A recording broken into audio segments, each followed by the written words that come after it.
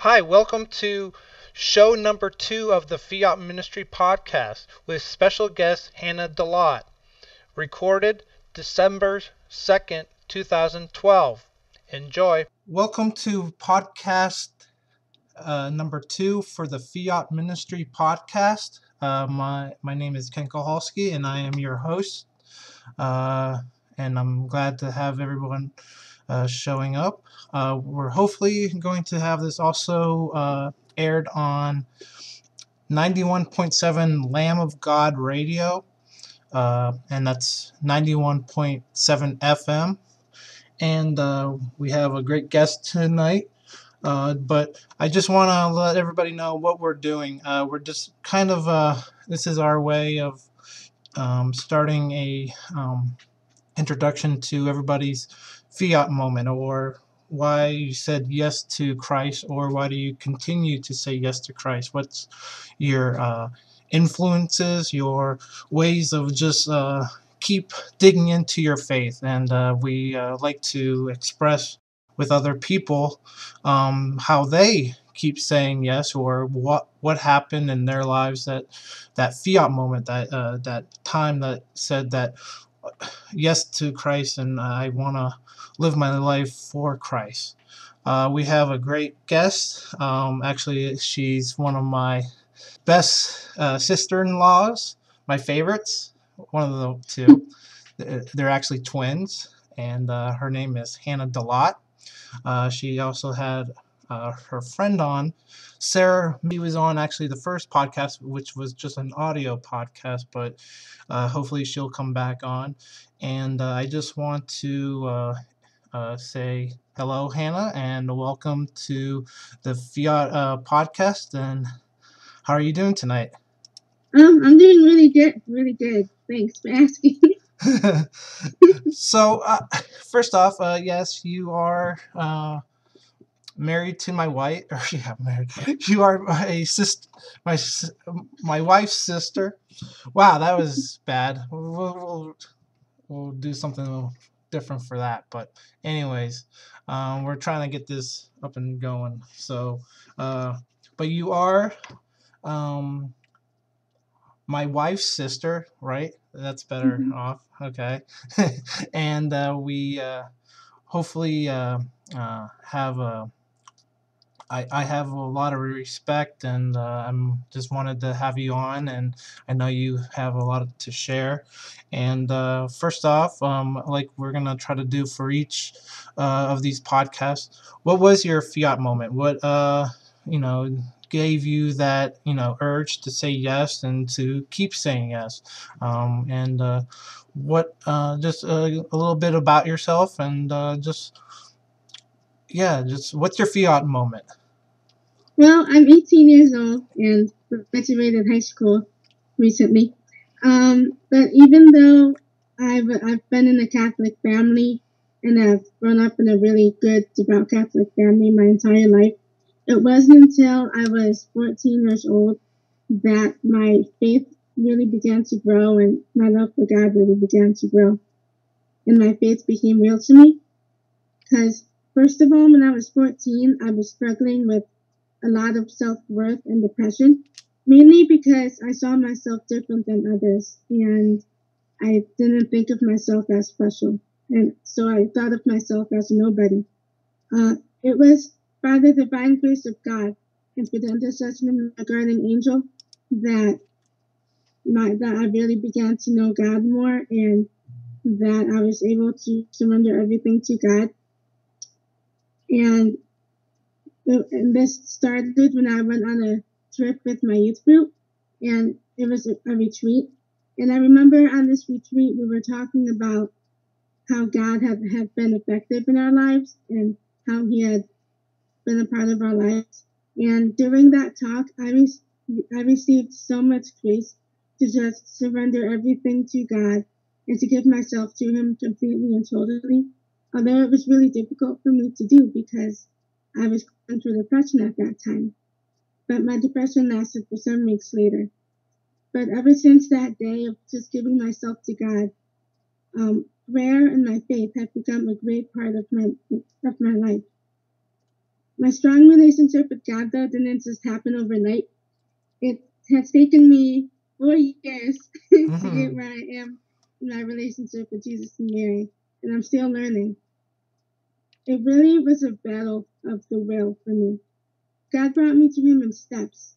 The first step He gave me was to constantly and sometimes randomly put in me a great love for God. And this love for God came and went, and I would get really upset when it went away because I didn't know how to keep it. So I remember going, but the second step that He taught me was that love isn't a feeling, but love is an action. And He taught me this by giving me a great desire to pray. And that also came randomly and constantly. And I remember I was in Giant Eagle this one time, and suddenly I just had a great desire to pray. So I was seriously about to go down on my knees in front of everybody in the store and just start praying. But I didn't do that because I didn't want to embarrass my mom, and I was embarrassed myself. So God was telling me that I didn't need to be afraid to let people see my love for God and who I am. But even so, I still, right when I came home from Giant Eagle, I just ran up into my room and just started praying. And that's when I decided I had a great desire to start to pray more. And the more I prayed, the more my love for God grew and the more my love for others grew. And the more I desired to pray. And so the third step that God gave me to bring my heart and soul closer to Him and to make my faith life grow more is by giving me a great love and a deeper love and devotion to the Mass, as well as to and for Mary, the saints, and the angels, and my own angel. They did this by giving me a great love for reading for saints' books, and I have learned so much from saints' books. I have learned uh, how to make my whole life a prayer.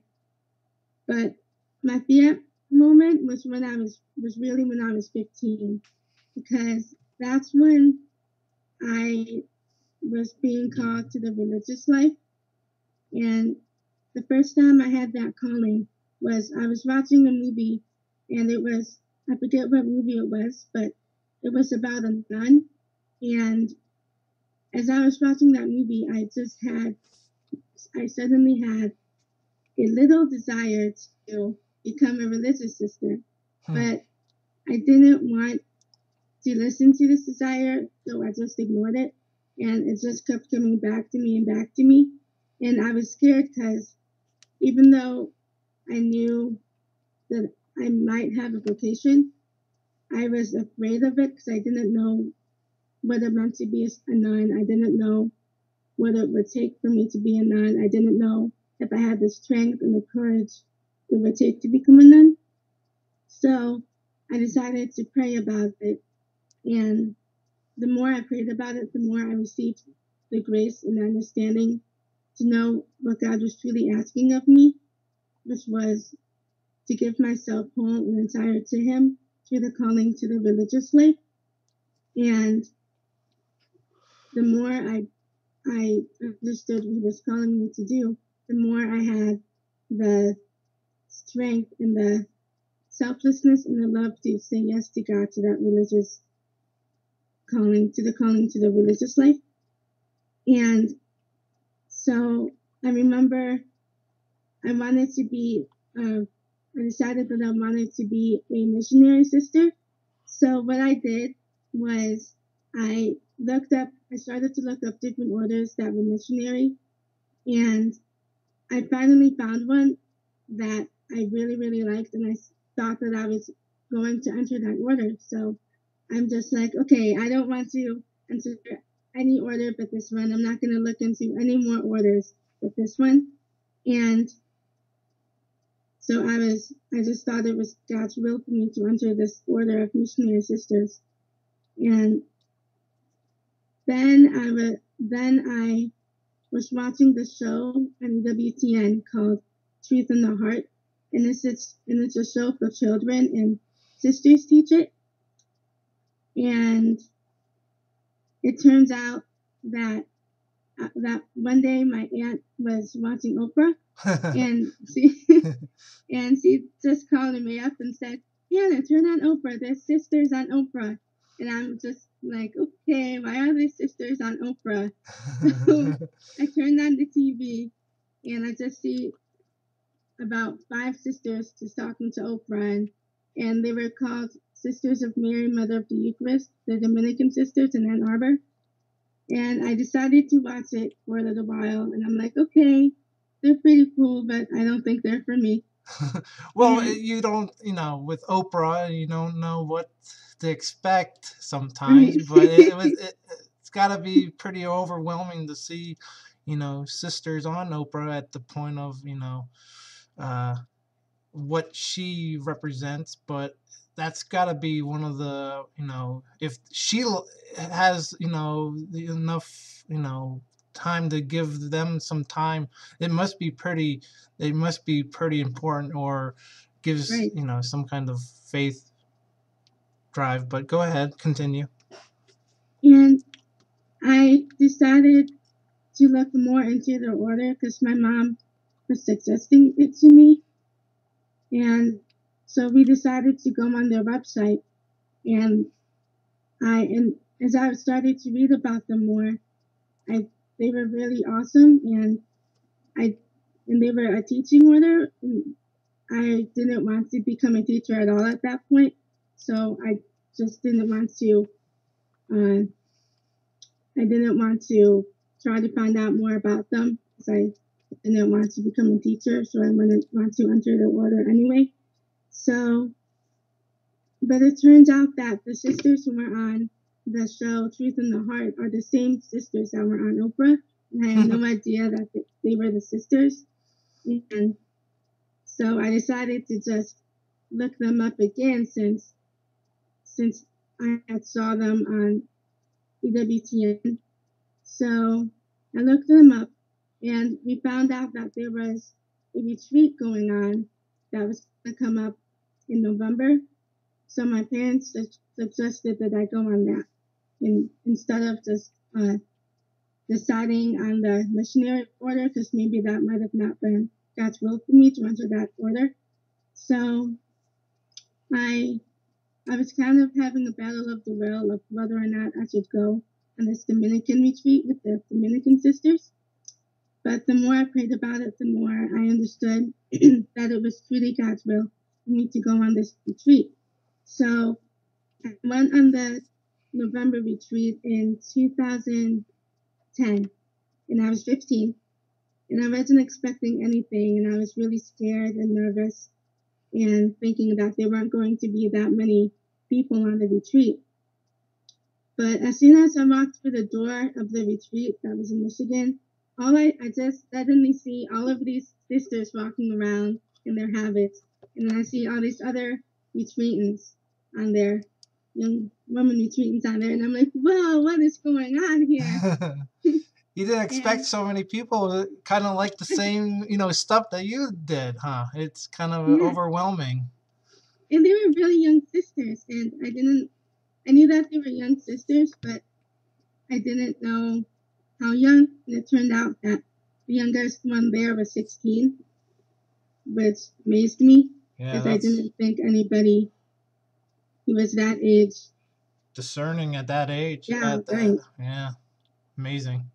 hmm And so I wasn't expecting anything, but throughout the whole entire retreat, about about 6 hours into the retreat, I started to feel like I was home there, and it was an overwhelming feeling of home that I was where I was supposed to be, and it's just getting better and better and better. And it also, before I went on the retreat, I had prayed that, okay, God, if it was your will for me to become a sister someday, then please let me find an order that had young sisters, that had a great devotion to the Eucharist, that had a great devotion to Mary, and that teaches kids. And all of my prayers that I had prayed, if it was God's will for me to become a sister someday, all of those prayers that I had prayed were answered in that retreat, that particular order. Every single every single prayer I prayed was like boom, boom, boom, boom, boom. One after the other was answered. And I was just so amazed, like, wow, this is crazy. And I wasn't expecting that at all. Yeah. And so I decided during the retreat, we had to go into different classrooms because that's where we slept. And each classroom had a time that they would get up and go to adoration. They had adoration all night long. So it was our turn to get up and go pray. And they told us that we could spend about like an hour or two, or just as long as we wanted to, in the chapel praying. We could spend all night if we had to. And I was thinking I was going to spend about an hour. But it turned out I spent 7 whole hours without sleeping in the chapel just praying. And it was basically an all-nighter with Jesus in the chapel, which I never did before. So I was really happy about that.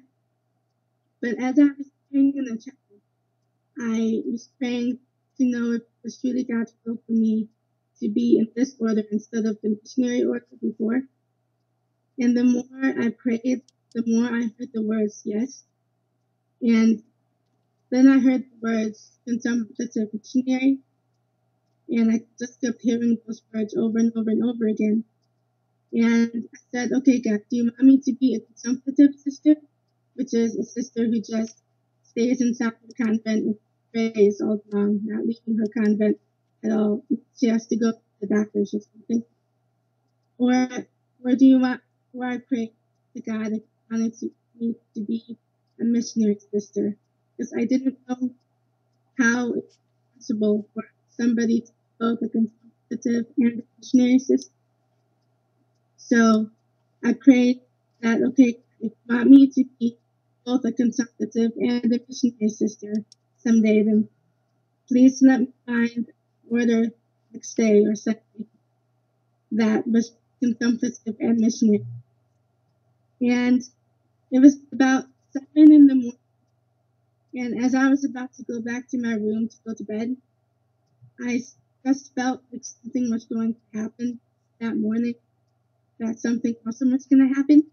So I went back to my room and I didn't get to sleep because I guess I went to my room as soon as the bell rang for everybody to get up, and I was already up for 7 hours anyway. So I got dressed and I went back to the gym where we had been before. I'm part of that retreat, and they gave us a talk, and they were talking about their order and what it was. And as they were talking, they said it. They told us that their order was also consumptive and a missionary at the same time. And right when they said that, I knew in an instant that God had answered my prayer about me finding the next day an order that was both consumptive and missionary. And I just felt even more like that's where God was calling me to be. And I just felt so home there. I didn't want to leave. And That then um, ever since that day, ever since that retreat, I've been feeling like I was being called to that order. that's awesome, Hannah. I know you talk about this a lot, just when we're talking, and I'm hearing, things about how exciting you are about, what the future lies for you with this the convent, and what, with everything that helped you out with the retreats, everything that, what you were discerning throughout, since really around 14, and, the Giant Eagle, and, going to the retreats, you just, have that passion, and you're fired up about it, that, you know, most people, it's really cool to see that passion that you have. And talking about the Saints, I know we're looking to do some small little shows with you about different saints and talking about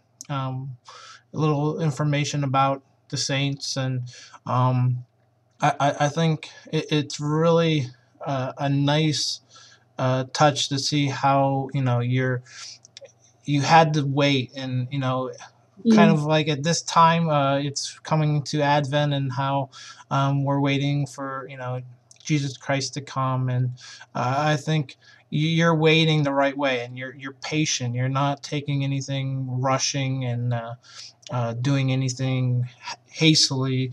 It's very you're gonna maybe take a class or two in college, and Mhm. then maybe go back to the convent, whatever whatever God tells you to do. And I think you're listening to him, and that's tough at your age. I think it's nice. On just all of that, I just want to take a short uh, moment. If anyone is on the stream right now, it won't. Anyone that's on the radio listening to this won't be able to do this, but they're welcome to do when it's live.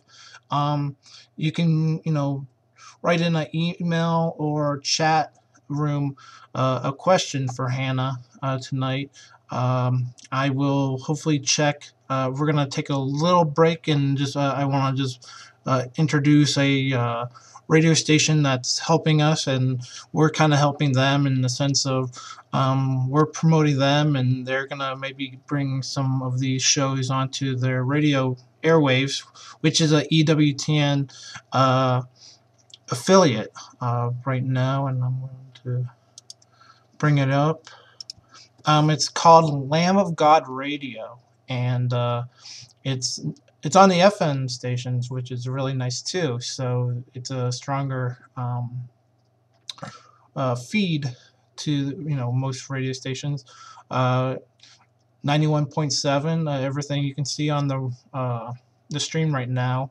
For people that are on radio, the website is lambofgodradio.com, and the number is 1-800-917-4825.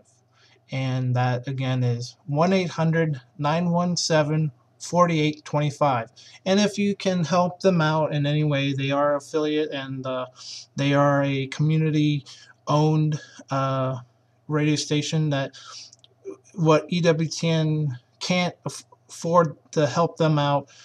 They ask the community of the different affiliates to help out in any way. So I think it was Father Mitch Pacwa that says, keep us between your electrical bill and lighting, or one of the gas bill. I'm trying to get everything down. But if you can help them out in any way of shape or form, that would be great. And I hopefully we can have Fiat Ministry shows, the podcast, some other plans that we have on coming up. Definitely check us out at fiatministry.org. And I'll just say that I don't have anything written down. I think I have a contact. Let me see. Uh, Never mind. I will talk to you about that later on. Don't have that. But if you have any questions, fiatministry.org is the best way to get in contact with any of the uh, archived videos or audio podcasts. We are doing both video and audio podcasting on here, which is really cool. And I'm going to bring back us, and I will bring myself up because I'm talking. We're gonna. It's very exciting. I know Hannah and I and some of her friends, Sarah, and we're talking about some new shows. We're always welcoming anyone that wants to give out their Fiat moment to email us, and let us know what you want to. We're trying to do it Sunday nights at 8:30. Hopefully that will stay in some kind of format. But I think we're gonna do another question for Hannah, and I think that's kind of what we went to uh, as the parting shots. Um, I think one thing that Mary and just the, Gabriel was talking to her when she actually was invited to have Jesus as present with her. Um, a lot of kids, at our, I know how I was when I was a teenager going into college. I would be asking, Facebooking, asking questions about, okay, how, what should I do? I'm not going to just say yes to something, but Mary did. And I know you work with a lot of kids at your parish and other Mhm. retreats that you might be involved with. What what is one thing that helps you with, young kids, even young adults, and how do you express why it's cool? Why is it, it should be a cool thing to love your faith in Jesus Christ? Well, because I work with, well, first of all, to me, it's easier to help little children come to the faith more than just talking to my own, like, people who are my age, because one, they're more enthusiastic and they're kids and they get really, really excited. But how I how I try to bring them to God and how to get them excited and want to learn their faith. It's just being excited myself, because I'm learning so much just by being and helping in PSR, that even though my words help them to come to know God, it's my actions too that help them come to know Jesus. Because I'd be at mass with my kids, with my PSR kids, and they would be looking at me, and if they saw me praying, then they would be praying too. Or if they saw me sit down, they'd be sitting down. Or they, it's like they turn to me for help, but they also try to see what I'm doing so that they can imitate it. So um, basically, it's just through my actions I try to bring them to God more than through my words. Right. And that's the sometimes, I mean, I know when I was young, I mean, that was definitely difficult to really like take any kind of seriousness with our faith. But I know one thing or one person that we both, after learning about our faith and kind of said, he's the people's pope, and that's how I was looking at him. And we're talking about the blessed Pope John Paul II, or how I would say anytime I'll go with Blessed JP2 is how I would summarize him. But he is blessed, and I know you have a lot of uh, you learned a lot from him, and you take a lot of what you do through what he wrote. One thing was theology of the body, and I just want to. I know you like to talk. Want to bring him up and kind of let him. How he leads you in different ways that he you know talks to you now through words, and just even just the way he lived.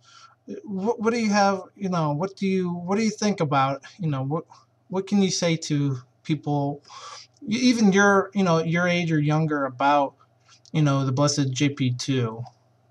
Um, well, uh, first of all, his courage and his willingness to say yes to God, despite everything that he went through, that's a real, that makes me think, because like when he was 9 years old, he lost his mother, and then when he was 12 years old, his older brother died, and when he was 21 years old, his father died.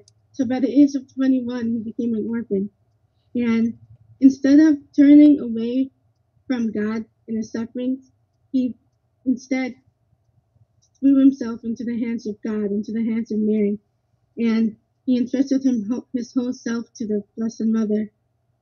His his motto when he became Pope was "Todes tuas," which means entirely yours or Mary's, and just his faith in the Blessed Mother and the way that he was able to overcome his fears.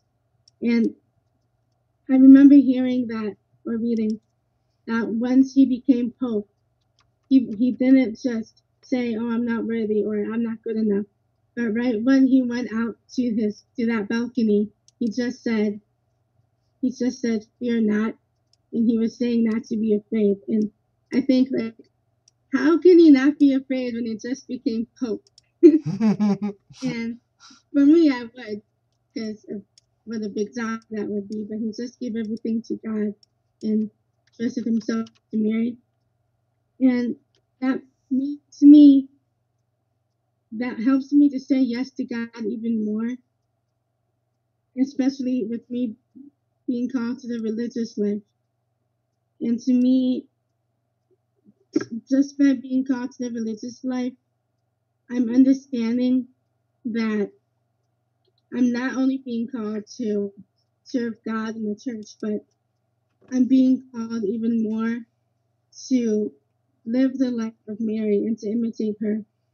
And through the call of the religious life, I am being called to, like Mary, to literally enter into the unknown, just like Mary did. She was at the Annunciation when Gabriel came to her and asked her to be the mother of God. She didn't know what was to happen. She didn't know that her son was to be crucified. And she just said yes to God with such great faith and love. And to me, that's what Jesus is calling me to do, to enter into the unknown, like a little child with trust and faith in God and Mary, with them leading the way. And I don't know what's going to happen or what's going to come in my way once I do enter the religious life. But to me, that's the excitement of it. And Yeah. that's an act of faith for me. And it'll be an adventure really, as well as a beautiful cross for me.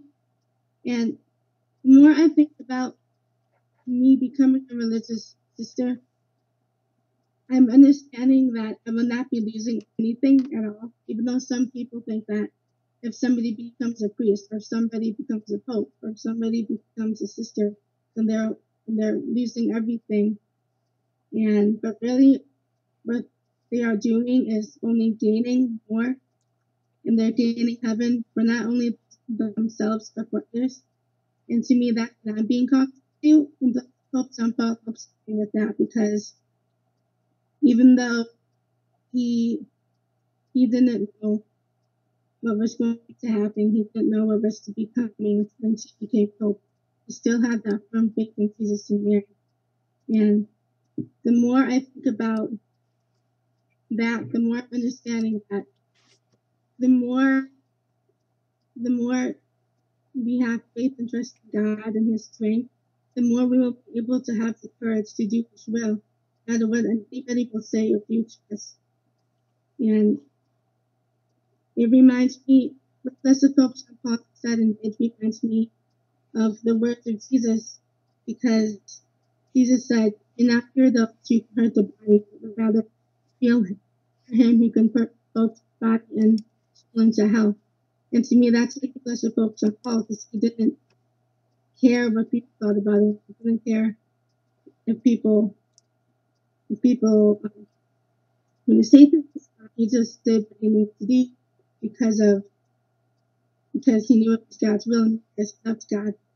And to me, it was also Mary who was helping him with that. And, and Mary could have the strength to do everything she did at such a young age, then I too have that strength. I have the faith and trust in God. So Blessed Pope still helps me in a lot of ways.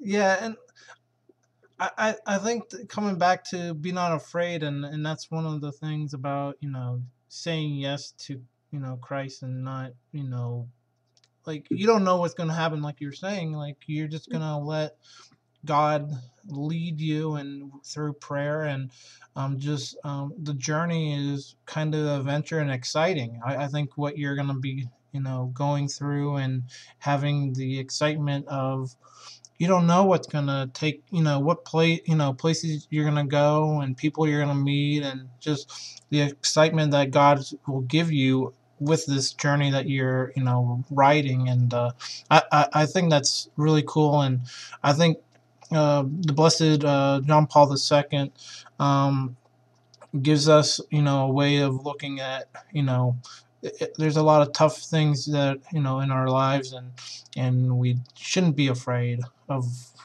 what's going to happen. And, coming up in, 4 weeks, the best thing's going to happen, and you're just going to say, a child was born, and there's Jesus Christ as a baby, and every one of us was a baby at one time, and we're still on that journey to, knowing what will happen. And I think, Hannah, you just show a lot of ways that people can look at a young adult nowadays, and I think that's very cool. And I know I'm very honored to have you and Catherine as sisters-in-laws. It's not just, and I think you both come from amazing family, which, you know, I'm just kidding. Yeah, no. Um, I needed to say that. No, I'm just kidding. But I do mean that with all my heart, that you come from a very faithful, driven family that, you know, teaches you the right things to do. And I think what another, we have a couple more minutes. Coming back to, I call it CCD, or PSR is what you call it over in Ohio. Over in PA, where I was, from, it was CCD. And but what, with the kids that you're working with, what kind of things that influences that helps them to learn, their faith? Is it to listen? I mean, you don't want to scare them away? What are some methods that you take for helping teach the kids? I know you taking them to mass, but what are other ways that you are actually at class helping them out? Um, basic. Well, my classroom tends to talk a whole lot, Good luck then, and huh?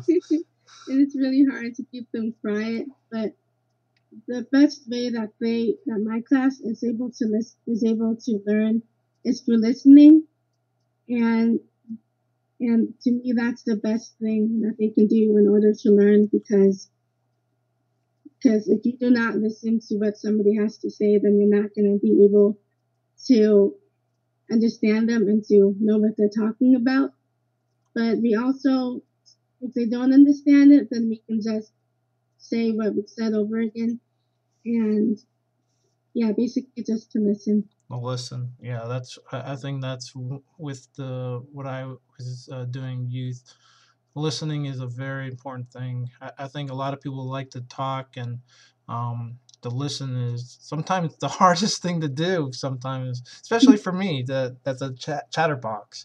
But um, with going to going, that humility that you almost went down, you know, in different locations.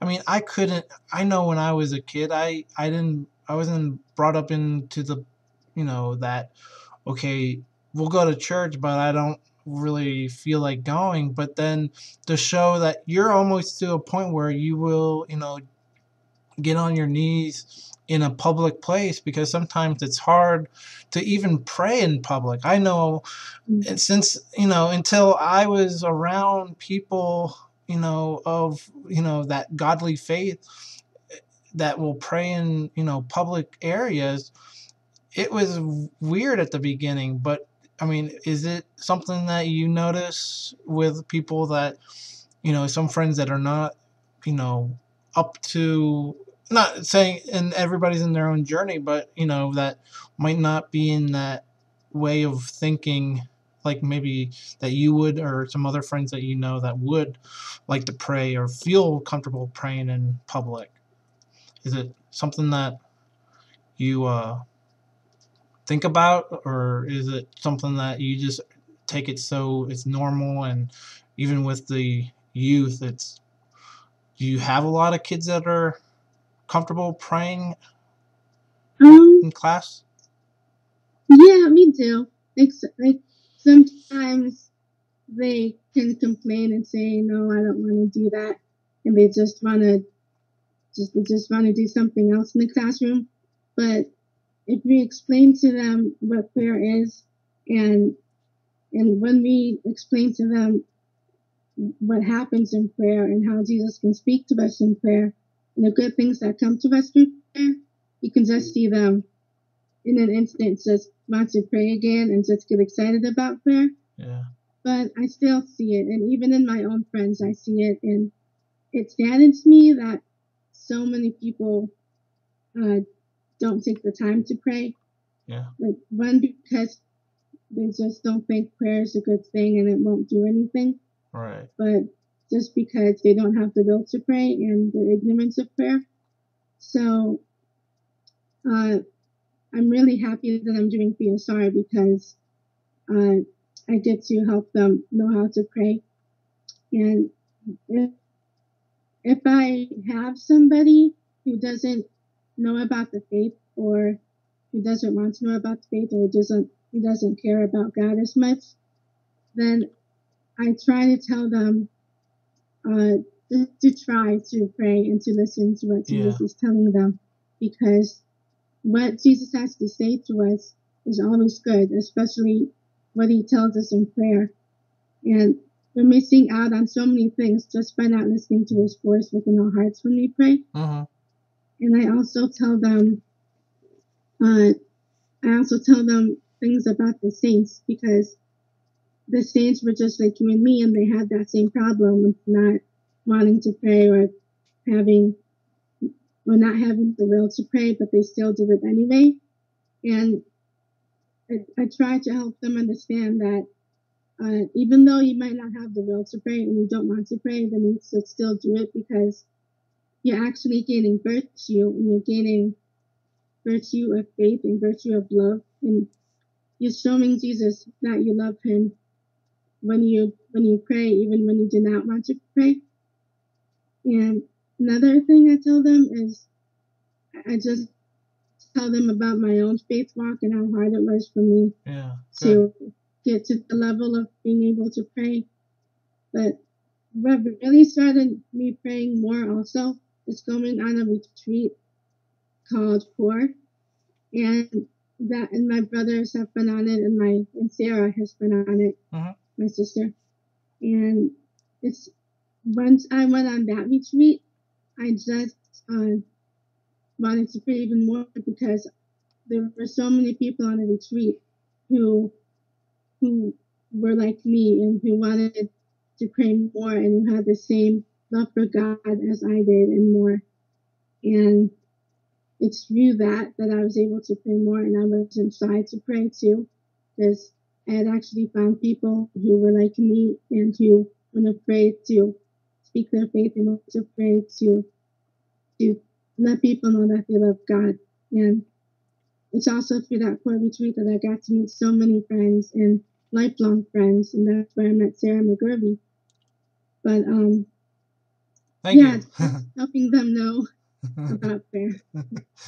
No, that's awesome. I didn't mean to do that, but no, I think like you're saying with prayer and just with discerning what you wanted to do, and hours on the retreats that you were at the convent, and praying and like the something sorrowful coming to you, and then finally finding out that everything that you kind of asked for through prayer, it didn't come like a snap. It took your journey, and now Right. you're learning that, okay, I'm going to take a little bit of college courses, but I can still get into the convent of what you wanted. I think in the sense, after hearing you first couple of times talk about when going on the retreat at the convent, you were so excited, and I think it was just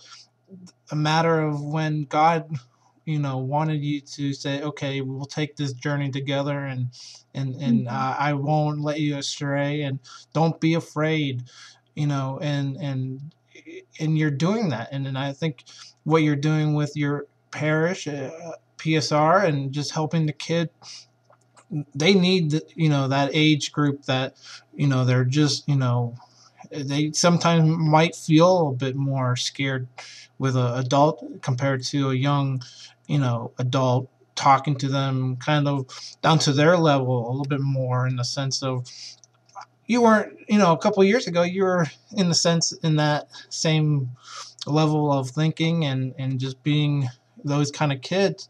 So I think, yeah, and you're on the right track. I don't know. I appreciate. We're gonna cut it right around. We got a couple more minutes. We can cut it early. But I appreciate what you know what you for coming on first. What you are, and as a person, and um how you uh, act around people, and you're very humble, and it shows, as a brother-in-law, thinking that, it's just very nice to see. Like, I'm not saying everybody's, in my eyes, the same, in the sense of, love and respect, but I know for a person that uh, gives a lot to their faith, it shows through you, and I know that, and I know your parents are proud, and I know Sarah's proud, and all your brothers and sisters are proud, and friends. I think hopefully people that are listening can take a little bit of what you're saying, and take it with them on their faith walk, and and hopefully find their Fiat moment, or continue to stay on that Fiat moment of being saying yes to Christ, and don't like look back or ask questions. Just go with what that walk of faith. And I again, thank you uh, for coming on Fiat Ministry podcast. I will definitely want to let everybody know we will be doing a 4 minute, maybe 5 minute little segments on saints, and hopefully maybe putting them up together. But right now, Hannah and I are starting also a little saint project. She loves the saints, and I think anything that we can express, people like you and me, like how you said, Hannah, like people that were just like us. They were on this earth. They just like Jesus was too, but they were, and a lot. Some of them were, a couple, 100 years, maybe 1,000, but they were here um, at some point in uh, the earth, and so we want to express some knowledge about them, and hopefully give you a little bit different insight on the saints that you might not know much about, or a lot about, but might have something new to entice your urge to read more about the saint. And I will let people know when that starts up, but I will thank you again, Hannah. Welcome. Thanks for having me. No problem. I appreciate you. And I think we're going to try to we have a couple more questions, and I want to hopefully bring you back on to continue our conversation. If you're willing to come back on, would that be a yes? Yes. That would be awesome. Thank you. And we will continue this conversation and kind of help the youth and the young adults to maybe ask their questions, and you can always email us at we'll bring it up right now. There. Contact at fiatministry.org, and we'll get back to you. And I will have, hopefully, a Hannah will eventually have an email address from fiatministry.org, so we will put that up the next time she is on. So that's exciting. And I am going to transfer over to the last thing, Hannah, and we're going to just again ask everybody if anyone is interested in donating to a great EWTN affiliate, lambofgodradio.com, and that's 91.7 FM, and the phone number is 1-800-917-4825. That's 1-800-917-4825. And the people on the stream will see it.